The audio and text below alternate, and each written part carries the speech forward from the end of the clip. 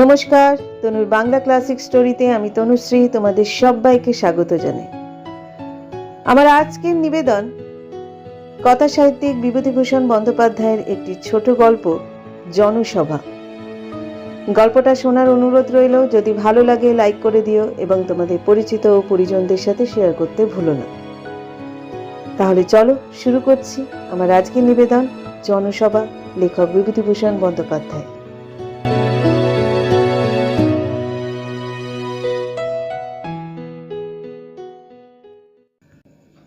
আমার তখন বয়স 9 বছর। গ্রামের উচ্চ প্রাইমারি স্কুলে পড়ি এবং বয়সের তুলনায় একটু বেশিই পরিপক্ক। বিনু একদিন ক্লাসে একখানা বই আনিল। ওপরে সোনালি ফুল হাতে একটি মেয়ের ছবি, রাঙা কাগজের মলাট, বেশি মোটা নয় আবার নিতান্ত চটি বইও নয়। আমি সেই বয়সে দু একখানা সুগন্ধি তেলের বিজ্ঞাপনের নভেল পড়িয়া ফেলিয়াছি। পূর্বেই বলি নাই যে বয়সের তুলনায় আমি একটি বেশি পাকিয়াছিলাম। সেজন্য বিনু আমাকে ক্লাসের মধ্যে সমস্তার ঠাউরাইয়া বইখানি আমার নাকের কাছে উঁচাইয়া সগর্বে বলিল, এই দেখ, আমার দাদা এই বই লিখেছেন, দেখেছিস? বলিলাম, দেখি কি বই? মলাটের উপরে লেখা আছে প্রেমের তুফান। হাতে লইয়া দেখিলাম লেখকের নাম শ্রী ভূষণ চন্দ্র চক্রবর্তী। দিনাজপুর পীরপুর হইতে গ্রন্থাগার কর্তৃক প্রকাশিত। দাম 8 আনা। তোর দাদার লেখা বই? কিরকম দাদা? বিনু সগর্বে বলিল, আমার বড় মামার ছেলে, আমার মামা তো ভাই। এমন সময় নিতাই মাস্টার মহাশয় ক্লাসে ঢোকাতে আমাদের কথা বন্ধ হইয়া গেল। নিতাই মাস্টার আপন মনে থাকিতেন, মাঝে মাঝে কি এক ধরনের অসংলগ্ন কথা বলিতেন, আর আমরা মুখ চাচাই করিয়া হাসিতাম। জোরে হাসিবার উপায় ছিল না তার ক্লাসে। অমনি তিনি বলিয়া বসিতেন, এই 3 করি, এদিকে এসো, হাসছো কেন? ছানা 4 আনা সের, কেরোসিন তেল 6 পয়সা বোতল।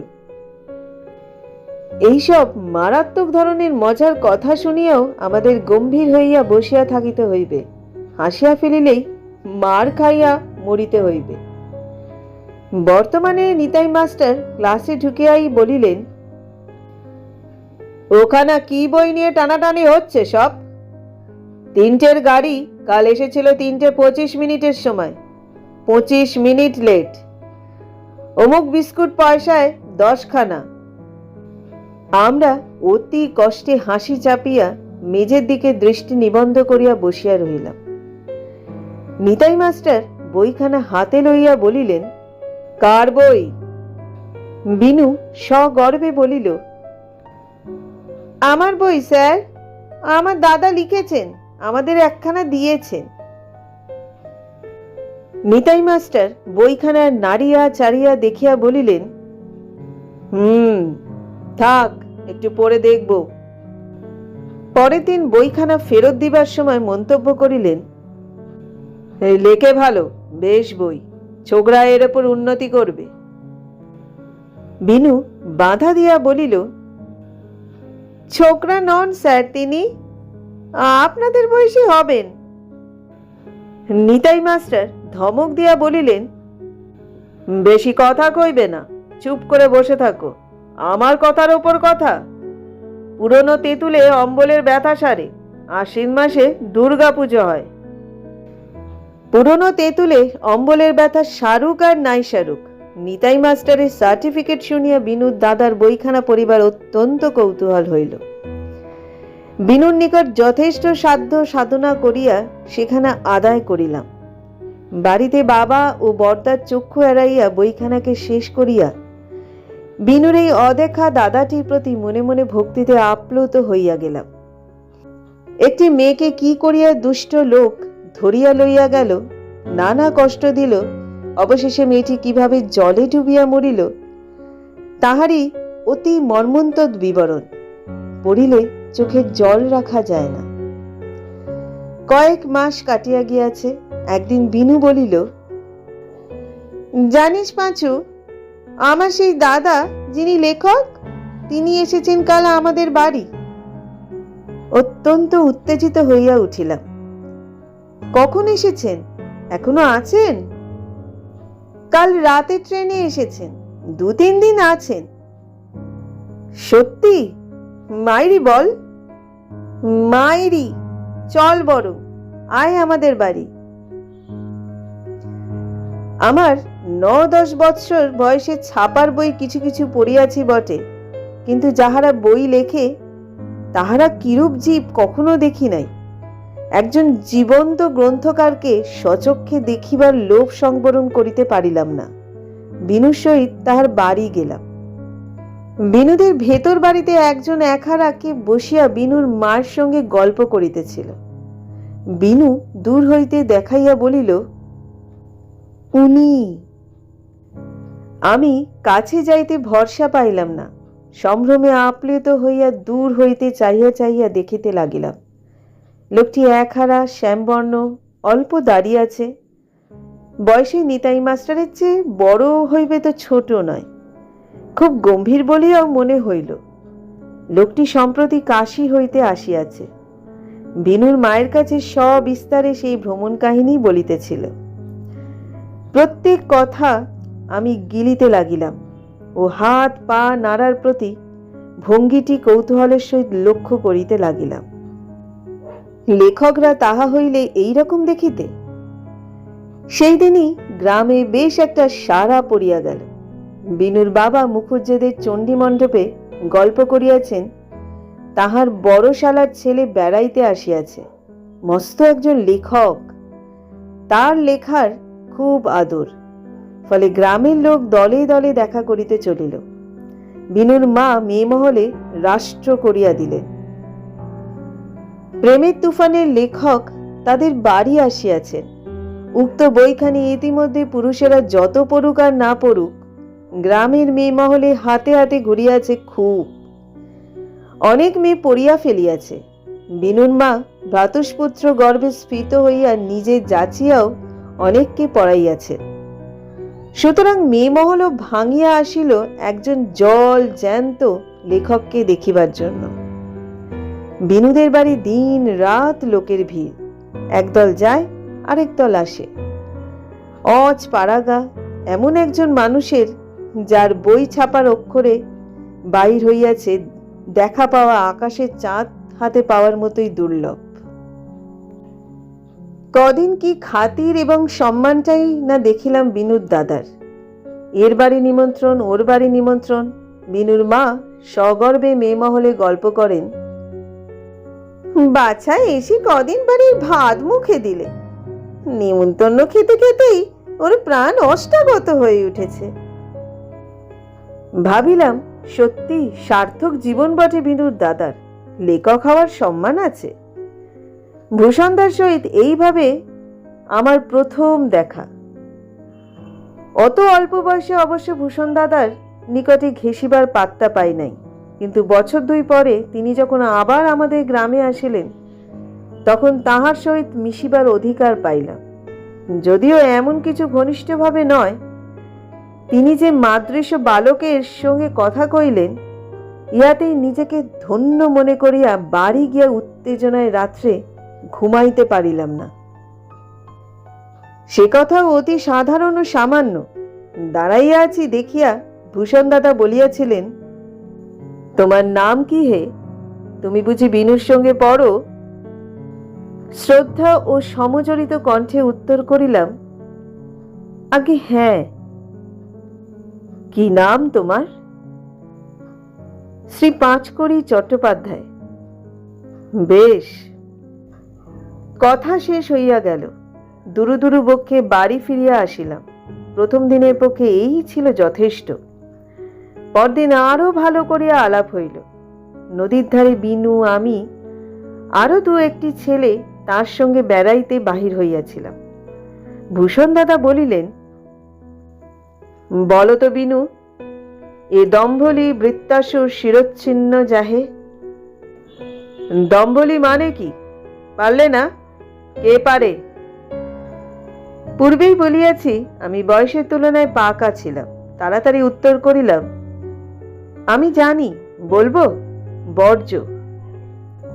বেশ বেশ, কি নাম তোমার? কালই নাম বলিয়াছি।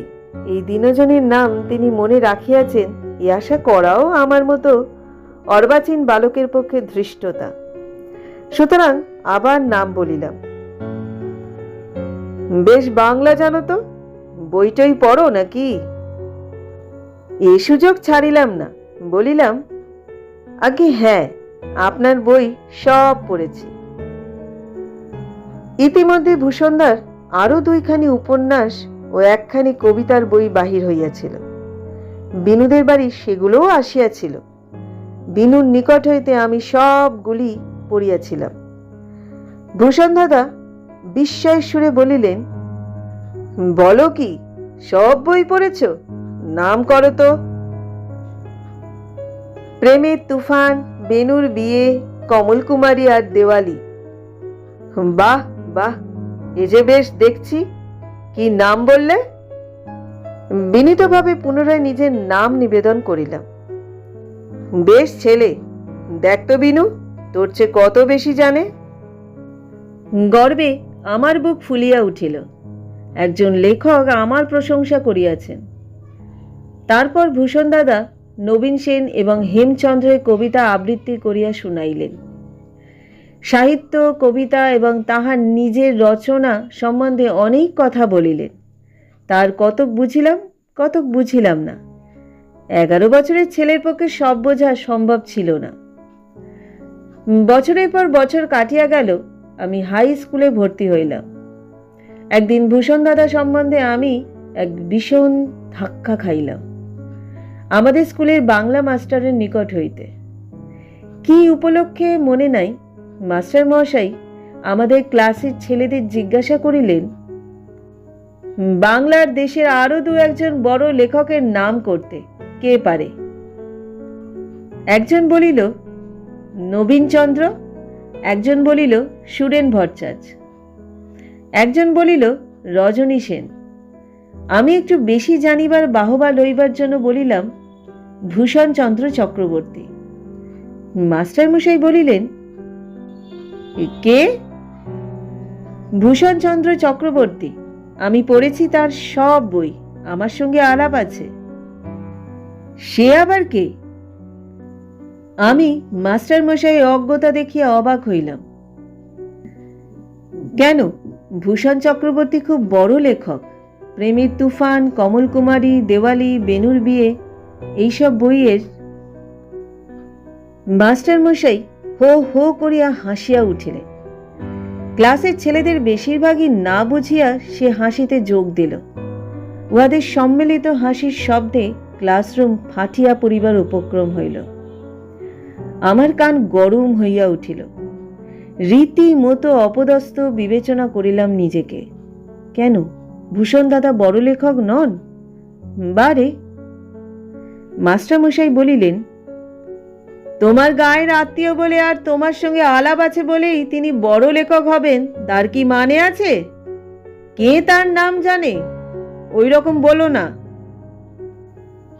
ভূষণ দাদার সাহিত্যিক যশ ও খ্যাতি সম্বন্ধে আমি এ পর্যন্ত কেবল একতরফা বর্ণনাই শুনিয়া আসিয়াছি বিনুর মায়ের কাছে, বিনুর বাবার মুখে, ভূষণ দাদার নিজের মুখে। তাহাই বিশ্বাস করিয়াছিলাম সরল বালক মনে। এই প্রথম আমার তাহার উপর সন্দেহের ছায়াপাত হইল। একদিন গায়ে থাকিয়া কেবল সুগন্ধি তেলের বিজ্ঞাপনের নভেলেই পড়িয়াছি।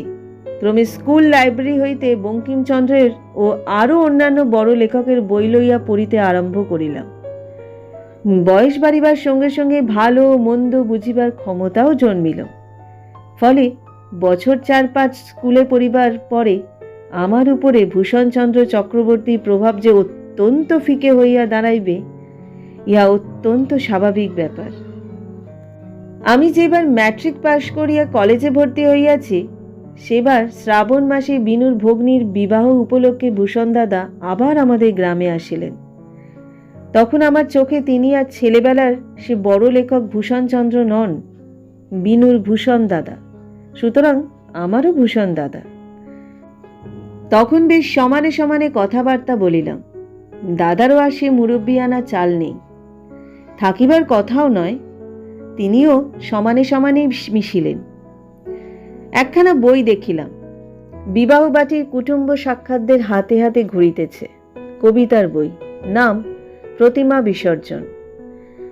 দ্বিতীয় পক্ষের পত্নীর মৃত্যুতে শোকোচ্ছ্বাস প্রকাশ করিয়া ভূষণ দাদা কবিতা লিখিয়া বই ছাপাইয়াছেন বিনামূল্যে বিতরণের জন্য। বিনুও তো আর বাল্যে সেই বিনু নাই। সে বলিল, মজার কথা শোন, আগের বৌদিদি 16 বছর ঘর করে ছেলেপুলের মা হয়ে মরে গেল বেচারি। তার বেলা শোকের কবিতা বেরোলো না। দ্বিতীয় পক্ষের বৌদি 2-3 বছর ঘর করে ডবকা বয়সেই মারা গেল। দাদার তাই শোকটা বড্ড লেগেছে একেবারে। প্রতিমা বিসর্জন। ভূষণ দাদা আমাকেও একখানা বই দিয়েছিলেন। 2-3 দিন পরে আমায় বলিলেন, প্রতিমা বিসর্জন কেমন পড়লে হে? অতি সাধারণ ধরনের কবিতা বলিয়া মনে হইলেও বলিলাম, বেশ চমৎকার। ভূষণ দাদা উৎসাহের সহিত বলিলেন, বাংলাদেশের উদ্ভ্রান্ত প্রেমের পরে আমার মনে হয় এ ধরনের বই আর বেরোয়নি। নিজের মুখে নিজের কথা বলছি বলে কিছু মনে করো না। তবে তোমাদের ছোট দেখেছি, তোমাদের কাছে বলতে দোষ নেই। ভূষণ দাদার দাড়ি চুলে বেশ পাক ধরিয়াছে, তাহাকে সমীহ করিয়া চলি। সুতরাং প্রতিবাদ না করিয়া চুপ করিয়া গেলাম। যদিও উদ্ভ্রান্ত প্রেমের প্রতি আমার যে খুব শ্রদ্ধা ছিল তাহা নয়, তবুও ভূষণ দাদার কথা শুনিয়া সমালোচনার শক্তির প্রতি বিশ্বাস হারাইলাম। ভূষণ দাদার আর্থিক অবস্থা খুব ভালো নয়, অনেকদিন হইতেই জানি। তিনি ক্যাম্বেল স্কুল হইতে ডাক্তারি পাশ করিয়া দিনাজপুরের এক সুদূর পল্লীগ্রামের জমিদারদের দাতব্য চিকিৎসালয়ে চাকরি করিতেন। স্বাধীন ব্যবসা কোনো দিন করেন নাই। এবার শুনিলাম ভূষণ দাদা সেই চাকরিটাও যায়। বিনুই এ সংবাদ দিল।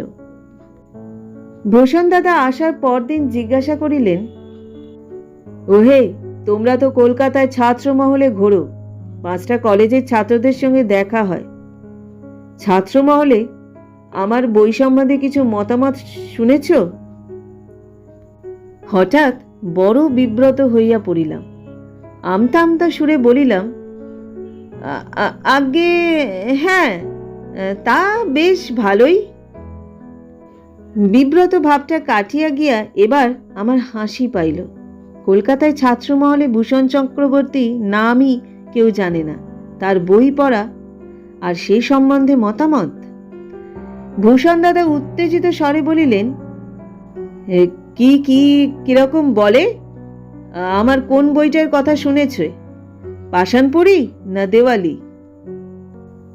অকুলে কুল পাইলাম। ভূষণ দাদার বইয়ের নাম কি আমার একটাও মনে ছিল না। চাই বলিলাম, হ্যাঁ, ওই পাষাণপুরীর কথাই যেন শুনেছি। ভূষণ দাদা আর আমায় ছাড়িতে চান না। কি শুনিয়াছি, কোথায় শুনিয়াছি, কাহার কাছে শুনিয়াছি? পাষাণপুরী তার উপন্যাসগুলির মধ্যে সর্বোৎকৃষ্ট। তবুও তো তিনি পাবলিশার পান না, সব বই নিজে ছাপাইয়াছেন। দিনাজপুরে অজ পাড়াগায় বসিয়া বই বিক্রি ও বিজ্ঞাপনের কোনো সুবিধা করিতে পারেন নাই। বিনু আমায় আড়ালে বলিল, এই অবস্থা, 50টি টাকা মাইনে পান ডাক্তারি করে, সংসারই চলে না, তা থেকে খরচ করেন ওইসব বাজে বই ছাপাতে। ভূষণ দাদা চিরটা কাল একই রকম গেল। বাতিক যে কত রকমের থাকে। ইহার পর আরো 6-7 বছর কাটিয়া গেল। আমি পাশ করিয়া বাইর হইয়া নানা রকম কাজকর্ম করি এবং সঙ্গে সঙ্গে কিছু কিছু লিখিও। ভূষণ দাদার প্রভাব আমার জীবন হইতে সম্পূর্ণ যায় নাই। মনের তলে কোথায় চাপা ছিল। লেখক হওয়ার একটা মস্ত বড় কিছু বুঝি। সেই যে আমাদের গ্রামে বাল্যকালে সেবার ভূষণ দাদাকে সম্মান পাইতে দেখিয়াছিলাম, সেই হইতেই বোধহয় লেখক হওয়ার স্বাদ মনে বাসা বাঁধিয়া থাকিবে, কে জানে। আমার লেখক জীবন যখন 5-6 বছরের পুরাতন হইয়া পড়িয়াছে, 2-4খানা ভালো মাসিক পত্রিকায় লেখা প্রায়শই বাহির হয়, কিছু কিছু আরও হইতেছে। সে সময় কি একটা ছুটিতে দেশে গেলাম। বিনুদের বাড়িতে গিয়া দেখি ভূষণ দাদা অসুস্থ অবস্থায় সেখানে সপরিবারে কিছুদিন হইতে আছেন। আমায় বলিলেন, পাঁচুর মুখ থেকে শুনলাম আজকাল তুমি লিখছ। কোন কোন কাগজে লেখা বেরিয়েছে? কাগজগুলির কয়েকখানি আমার সঙ্গেই ছিল। ইতিমধ্যে গ্রামের অনেকেই সেগুলি দেখিয়াছে। ভূষণ দাদাকেও দেখাইলাম। দেখাইয়া বেশ একটু গর্ব অনুভব করিলাম। ভূষণ দাদা কাগজখানা কখানা উল্টাইয়া দেখিয়া বলিলেন, এইসব কাগজে লিখেছ? বেশ বেশ, এসব তো বেশ নামকরা পত্রিকা। একটু ধরাধরি করতে হয় না? তুমি কাকে ধরেছিলে? একটু ধরাধরি না করলে আজকাল কিছুই হয় না। গুণের আদর কি আর আছে? এই দেখো না কেন, আমি পাড়া গায়ে থাকি বলে নিজেকে পুশ করতে পারলাম না। আমার নারদ কাব্য পড়নি? 2 বছর ধরে খেটে লিখেছি, প্রাণ দিয়ে লিখেছি, কিন্তু হলে হবে কি? ওই ধরাধরির অভাবে বইখানার নামই করতে পারছে না। বৈকালে নদীর ধারে বসিয়া ভূষণ দাদার মুখে তাহার নারদ কাব্যের অনেক ব্যাখ্যা শুনিলাম। অমিত্রাক্ষর ছন্দ হইলেও তাহার মধ্যে নিজস্ব জিনিস কি একটা ঢুকাইয়া দিয়াছেন ভূষণ দাদা। অমন দার্শনিকতা আধুনিক কোনো বাংলা গ্রন্থে নাই, এ কথা তিনি জোর করিয়া বলিতে পারেন। বলিলাম, বইখানা ছেপেছে কারা? আমি ছেপেছি। লোকের দৌড়ে দৌড়ে বেরিয়ে ছাপানোর জন্য খোসামত করা ওসব আমার দ্বারা হবে না। মনে হইল ভূষণ দাদা আমারই প্রতি যেন বক্র কটাক্ষ করিতেছেন এইসব উক্তি দ্বারা। যা হোক, কিছু না বলিয়া চুপ করিয়া রহিলাম। বছরখানেক পরে আমি আমার কর্মস্থলে একটা বুক পোস্ট পাইলাম। খুলিয়া দেখি ভূষণ দাদা সেই নারদ কাব্যখানি আমায় পাঠাইয়াছেন, সঙ্গে একখানা বড় চিঠি। নারদ কাব্যখানির উচ্চ প্রশংসা করিয়া বহু লোক ইতিমধ্যে চিঠি লিখিয়াছেন। চিঠিগুলি তিনি পুস্তিকাকারে ছাপিয়া ওই সঙ্গে আমায় পাঠাইয়াছেন।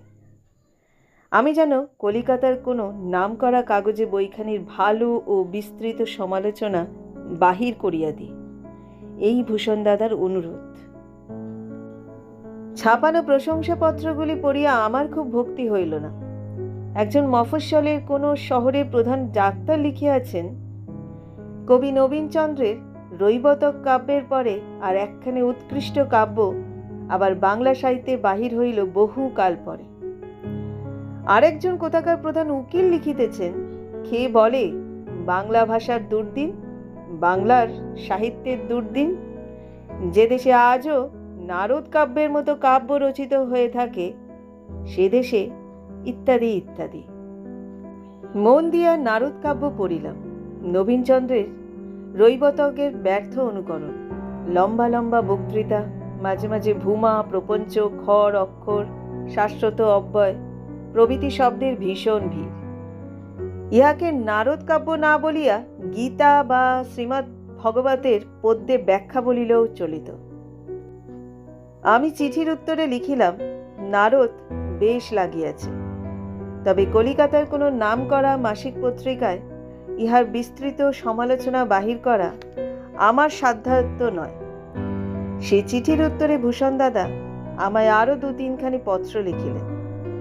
যদি বইখানি আমার ভালো লাগিয়া থাকে তবে সে কথা ছাপাইয়া প্রকাশ করিবার সৎ সাহস থাকা আবশ্যক, ইত্যাদি। সেসব চিঠির উত্তর দিলাম না। ইহার বছরখানেক পরে আমি আমার বিদেশের কর্মস্থান হইতে কলিকাতায় আসিয়াছি। শ্রাবণ মাস, তেমনি বর্ষা আরম্ভ হইয়াছে। দিনই রাত্রে বৃষ্টির বিরাম নাই।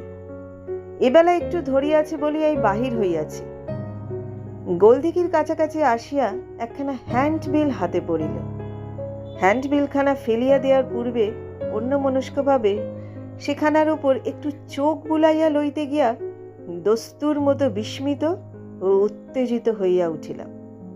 উহাতে লেখা আছে, নারদ কাব্যের খ্যাতনামা কবি বঙ্গভারতীর কৃতি সন্তান শ্রীযুক্ত ভূষণচন্দ্র চক্রবর্তীকে সংবর্ধনা করিবার জন্য কলিকাতাবাসীগণের জনসভা, স্থান ইউনিভার্সিটি ইনস্টিটিউট হল, সময় সন্ধ্যা 6টা।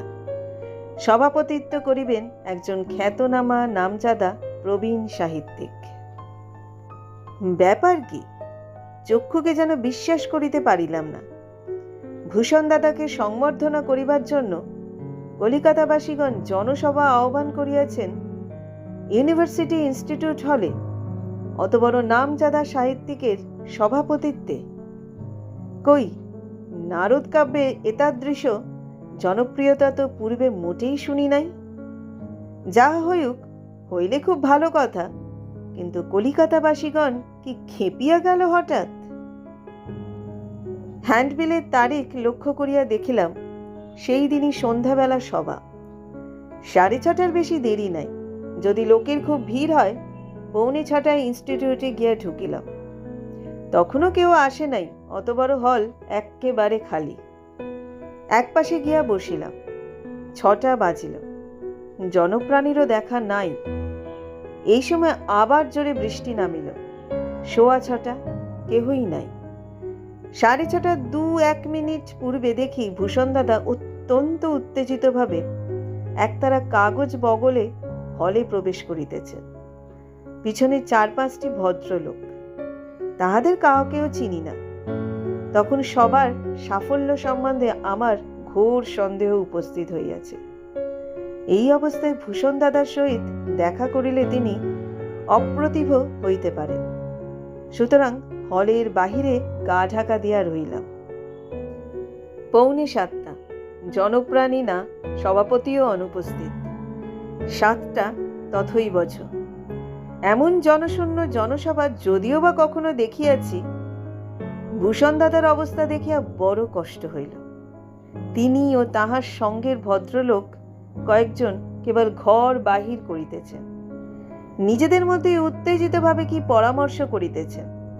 আবার একবার করিয়া ইনস্টিটিউটের গেটের কাছে যাইতেছেন। 7:15, কাকস্য পরিবেদনা। 7:30, পূর্ববৎ অবস্থা। কলিকাতাবাসীগণের জনসভায় কলিকাতাবাসীগণই আসিতে ভুলিয়া গেলেন কেমন করিয়া।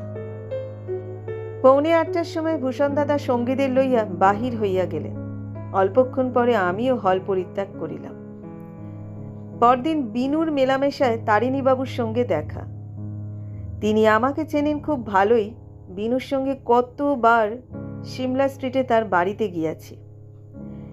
কুশল প্রশ্নাদির পরে তিনি বলিলেন, ভূষণ যে এখানে এসেছে হে, আমার বাসাতেই আজ 8-10 দিন আছে।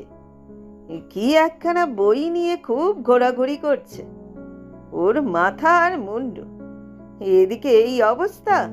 17-18 বছরের মেয়ে একটা, 15 বছরের মেয়ে একটা, পার করবে কোথা থেকে তার সংস্থান নেই। আবার কাল দেখি নিজের পয়সায় এক গাদা কি মিটিং না ফিটিং এর হ্যান্ডবিল চেপে এনেছে। আর বলো কেন, একেবারে মাথা খারাপ। বলিলাম, হ্যাঁ দেখেছিলুম বটে একখানা হ্যান্ডবিলে। জনসভা নাকি? জনসভা না ওর মুন্ডু। ও নিজেই তো পরশু দুপুরে বসে বসে ওখানে লিখলে। আমার বাড়িতে 2জন বেকার ভাইপো আছে, তাদের নিয়ে কোথায় সব ঘুরছে কদিন দেখতে পাই। 17.5 টাকা প্রেসের বিল কাল দিলে দেখলাম আমার সামনে। এদিকে শুনি বাড়িতে নিতান্ত দুরবস্থা। অত বড় সব আইবুড়ো মেয়ে গলায় 1 পয়সার সংস্থান নেই, তার আবার বিয়ে। মাঘ মাসের শেষে আমি কার্যোপলক্ষে জলপাইগুড়ি যাইতেছি। পার্বতীপুর স্টেশনে দেখি ভূষণ দাদা একটা ব্যাগ হাতে প্ল্যাটফর্মে পায়চারি করিতেছে। আমি গিয়া প্রণাম করিতেই বলিলেন, আরে পাঁচু যে, ভালো তো? সেই পশ্চিমেই আজকাল চাকরি করো তো? কোথায় যাচ্ছ এদিকে? আগে একটু জলপাইগুড়িতে। আপনি কোথায়? আমি যাচ্ছি একটু কলকাতায়। হ্যাঁ, তোমাকে বলি, শোনোনি বোধহয়, আমার নারদ কাব্যের খুব আদর হয়েছে। এর মধ্যে কলকাতা ইনস্টিটিউট হলে প্রকাণ্ড সভা হয়ে গেল তাই নিয়ে। হুমুকবাবু সভাপতি ছিলেন। খুব উৎসাহ দেখলাম লোকজনের মধ্যে। খুব ভিড়, দেখবে? এই দেখো। বলিয়াই ভূষণ দাদা ব্যাগ খুলিয়া জনসভায় ছাপানো হ্যান্ডবিল একখানা আমার হাতে দিয়া বলিলেন, পড়ে দেখো।